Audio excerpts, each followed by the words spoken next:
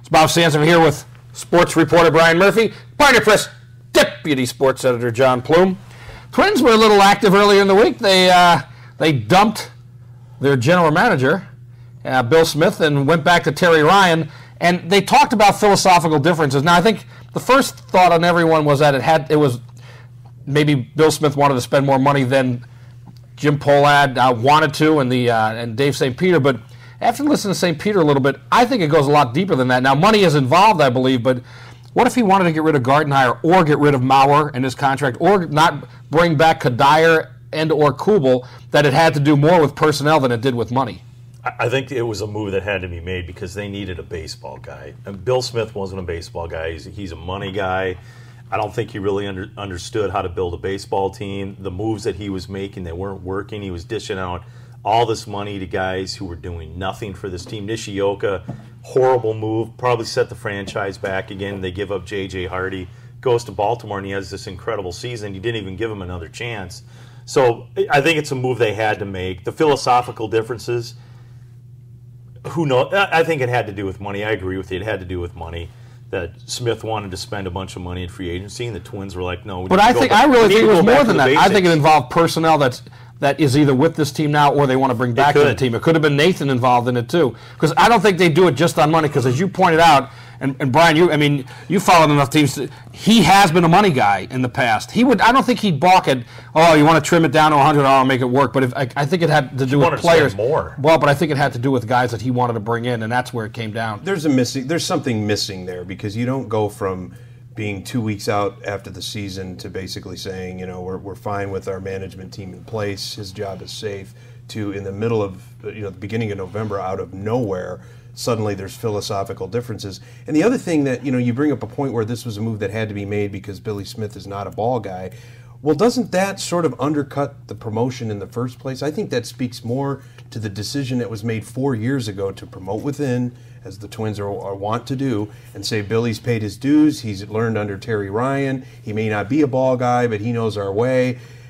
These are the same men, Dave St. Peter and Jim Pohlad, who decided 4 years ago that he was the answer. So where's the faith in what they're doing now? Why not just go completely outside the organization and start over?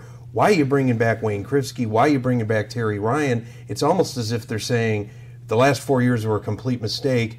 We're going back to our comfort zone. Well, the other interesting thing about it, too, is you've got Radcliffe, who they denied the Orioles permission to talk to, and it's kind of like, what is his future going to be now, too, is this Terry Ryan comes in for a year, fixes it, and then they hand it over to Radcliffe? Well, it could be Krivsky that could hand it over, too. Or is it Krivsky? It's really interesting how, Radcliffe, he could have been a general manager, but he chose to stay. There's got to be some kind of a little nugget dangling in front of him to keep him here, too. It almost, dare I say, smells sort of very country clubby as the Timberwolves have been.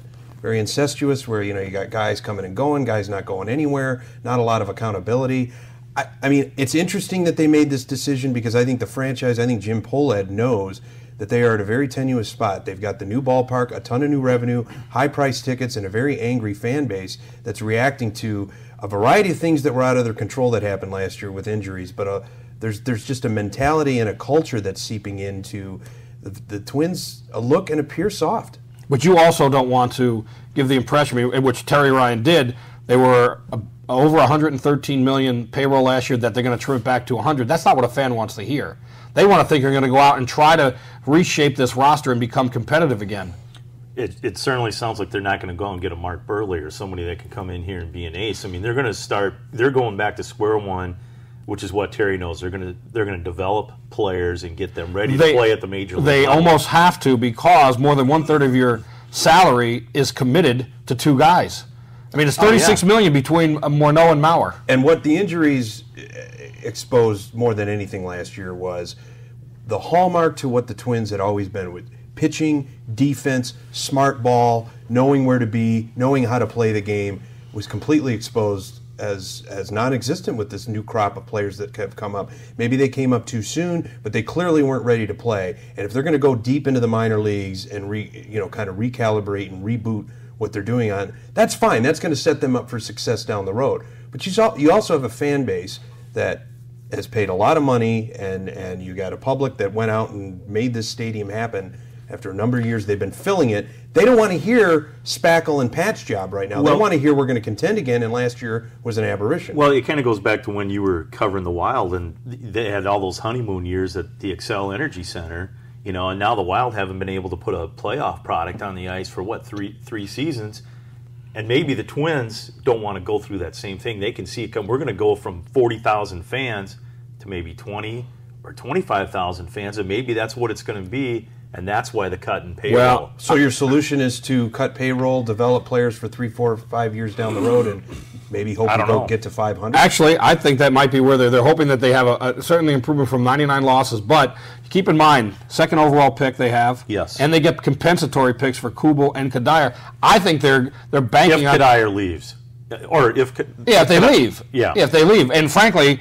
It's the way it's sounding. It sounds like that they're ready to cut ties because they have to. You get to $100 million. I don't know how you make it work by bringing him back. Well, and the bad thing about letting Kadire and Kubel go again is you could have traded those guys at the deadline to develop more guys in your farm system, and they didn't do that. Now, if Terry Ryan would have been running the Twins, does he make those moves to restock the minor leagues? You get a guy like Kadire though, because of where you can plug him in, which is just about anywhere. That's a guy you try to keep as much as anything. And Kubel is your DH if you keep him.